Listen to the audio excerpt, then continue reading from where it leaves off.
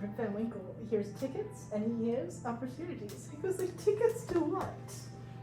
How exclusive are they?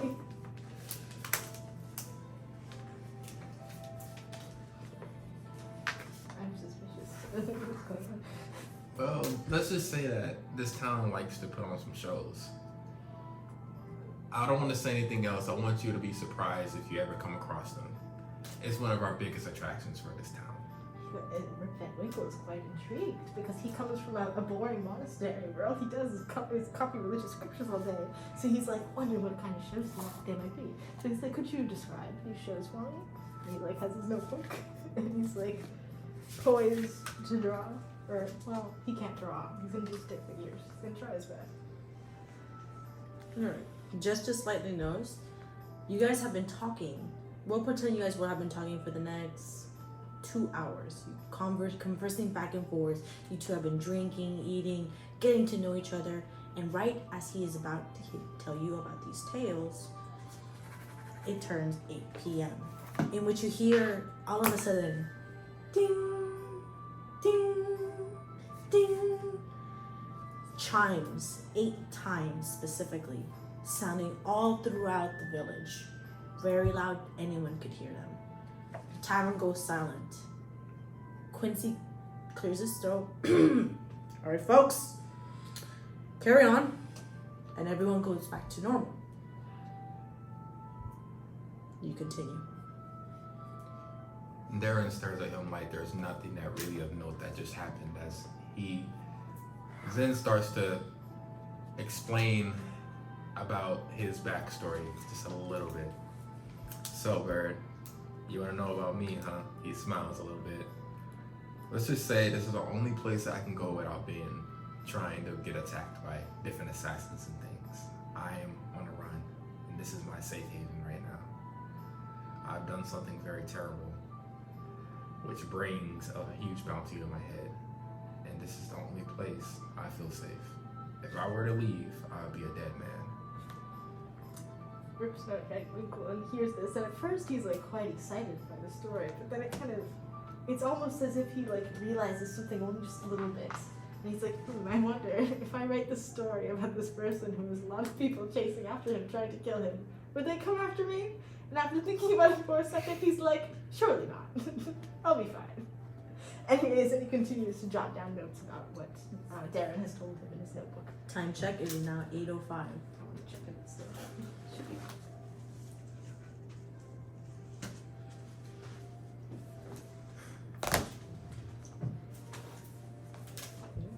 It's now 8:05, just noting that right now. Alright, it's 8:05.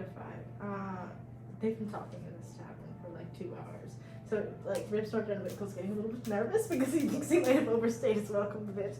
So he like motions over to the waiter and he's like, and he's like, has his coins and he's like, ready to slide them. Thank you for your payment. For the food, it'll be 3 gold coins. And so Okay. Rip Van Winkle takes out his other 2 gold coins and deposits them in the hand of thing. As Quincy walks away, you notice another strange figure in a table right next to you. You see this red-headed lady, passed out drunk next to you. Probably drooling all over the plate, all over the table. Her drink is empty and she's laying down and just asleep. You make no note of this at first, but she stays quiet. The time is now 8:08. At this point, you see Quincy walk from the tavern with a huge wooden plate. He walks over to his tavern door and locks it. He walks back. It's a little bit You concerned. from would you like to roll for insight? Yes, please. Let's see.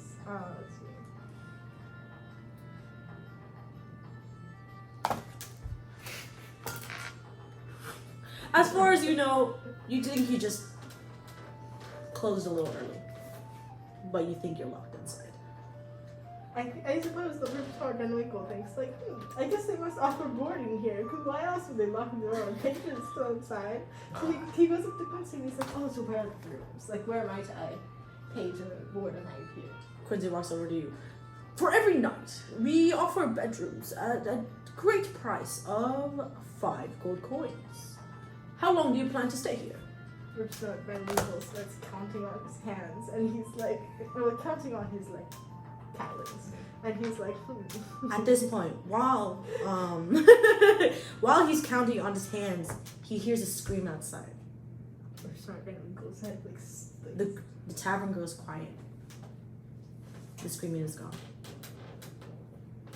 You suddenly hear banging on the tavern. No one gets up. And then it's gone. Ripstart Van Winkle backs slowly away from the door. Everyone stays quiet. Steady. Darren says, with a little bit of a hush to his voice, and he urges Van Winkle to sit back down right next to him. And Ripstart Van Winkle obliges, because Darren seems like quite the capable young fellow who might know what's going on. You be quiet. I can try to explain a little bit later. You can hear everyone's breath. No one's playing music. No one is eating. Question.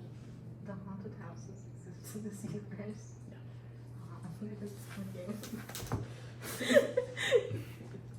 What if Ripstart to be like, I might have heard of these before. Then all of a sudden, the drunk lady next to you gets up. This is an outrage! Open the door! Ripstart kind of like jolts in his seat, and he just kind of looks at Quincy expectantly, assuming that She looks at the burger. What are you looking at? Hey, watch yourself. Darren pointed out. You watch yourself with her glass in her hand. She Oh. walks over to the tavern door. About to open it.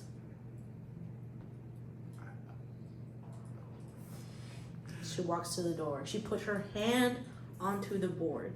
She pulls it up. She pushes the door open when all of a sudden Quincy pushes her out. You see this man in a state of fear in his eyes and apology as he closes the door and shuts it back down again.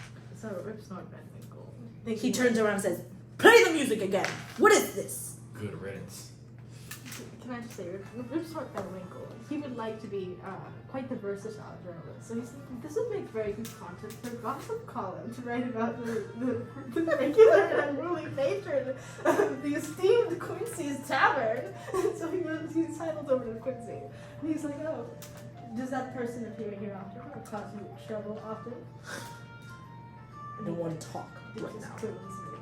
I don't want to talk. You might as well leave him alone. He's not going to say anything. Just come back and sit down. He kind of like settles over it. So, how are you feeling about your first night here? I'm having quite the wonderful I time. bet you are. We have a lot to do here. So, if you don't mind me asking, how long do you plan to be here? Because if you want, I kind of like you. I can be your eyes and ears around here and kind of walk you around the place sometimes. Explain certain things. Ripstart Van Winkle kind of like nods enthusiastically. He's like, oh, I don't know how long I'm going to be here. I'm looking for the next big scoop. To be honest, my family doesn't have much faith that I'm going to find what I'm looking for. But I'm determined to return to them within the year with the greatest story that has ever graced to the face of the planet. Well, there's a lot of scoops here you can get. I mean, there's unlimited opportunities. Quincy walks over to the table, drops the key. That'll be for 3 nights. Don't worry about the cost for the other 2 nights. It's on the house. I apologize for that display. And he walks away. Van Winkle takes out. He looks at Darren expectantly. He said, are you going to be boarding with me? We split the cost. Well, I can split it with you. I usually sleep outside alone, but maybe it might be nice to sleep indoors for once. Okay, I so appreciate it's 5 gold coins. So like Ripstart Van Winkle's leg. So how are we going to be dividing this? I mean, you guys can stay in the same room. Okay, Ripstart In Van the same Winkle- room. Fine. Ripstart Van Winkle takes. Okay, Ripstart Van Winkle takes out 3 coins, and he takes the 3rd coin and he flips it to determine whether or not which one of them is going to be paying 3 coins, which one's going to be paying 2. If Darren agrees to this. That's fine. Okay, so can I heads or tails? I'll take tails. Okay. You can roll like a d20 dice if you want. Highest roll. Okay, sure. Let's do that soon. Highest roll is the one who doesn't pay. How do I? The who pays 2 coins. Lowest roll, those 3 coins. No! You rolled a 3, you rolled a 5. Alright, you're paying 3 coins, you're paying 2 coins. Okay. I thought you couldn't do worse than her. Ben Winkle is like going to his notebook and like doing the math of his expenses. I don't remember. He's like, okay, 3 coins from boarding and 3 coins from the meal, and then 2 coins that he gave to Darren. Yeah. If he recalls correctly. That's 8 coins that you wasted So today. he is wasted. Yeah. Ben Winkle thinks it was a fine investment. And then Ben Winkle like circles very beautifully written 42 on his notepad before snapping it shut and tucking it away, even though he takes it out frequently and there really is no purpose to putting it away every time. Quincy picks up the money that you left on the table and says, "It's best to get some sleep now. You wouldn't want to be up this late," and walks away. Would you guys like to go to sleep? Well, I usually like to stay up, but if you want to go to bed early, I would totally understand. You got a long trip, so what do you want to do? Smart Ben Winkle's like, you can go ahead and rest your head in the room.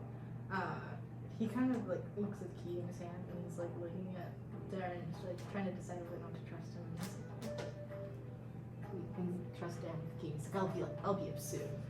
Darren And- smiles. And Smart Ben Winkle is not at all suspicious of that smile. Rip Smart has decided to take some time to like photograph the glasses on the bar that I presume is in this tavern. Yeah. Okay. And to perhaps photograph some like candy photos of the patrons. This is like to make excellent things for my glowing review. Well, not glowing. A review of Quincy's Tavern. So he just kind of ambles around and he takes really poorly composed pictures of things. And there's like his fingers are on the lens, like several shots. Alright. Well, We go to Darren, he's going up to his room. But he just lets Darren goes up to the room with a smile on his face. He finally has a room to sleep in. He gotten tired of sleeping on the ground out in the forest. And maybe he finally made a friend. He hadn't had a friend in years. Even though he finds this bird fellow very weird, inquisitive, and very annoying, he also likes him a little bit. As he opens up the door and sits down on the bed, you can't help but smile, a genuine smile on his face. He wonders where this new bird will take him, what kind of adventures they will have. As he lays down and tucks his hands right behind his bed and smiles and nods off in his bed. Alright, we go to you. Would you like to go upstairs and sleep now? I'm trying to decide how nosy is Rip Smart Ben Winkle going to be. Rip Smart Ben Winkle has decided that he is tired. And so he decides to put away his camera. He puts the lens cap on, he takes it away, and he starts going up the stairs. And then he looks at the presumably multiple doors. And then he's like, I never did ask what the room number is. I don't know which one it is. He stands there and strokes his chin and he's like, how should I go about this? So he's like, well, I was always raised to knock on people's door, and I've never had any problems whatsoever with spreading the word of my religion. So he just decides to go up to every single door and do a little knock until he finds the right one. In the series of knocking on doors this late at night, he is meted with yells, ignoring, towels being thrown at him, shoes being thrown at him. He takes the shoes. He's like, what a generous donation, thank you. And at one point, not so sanitary pair of garments thrown at him.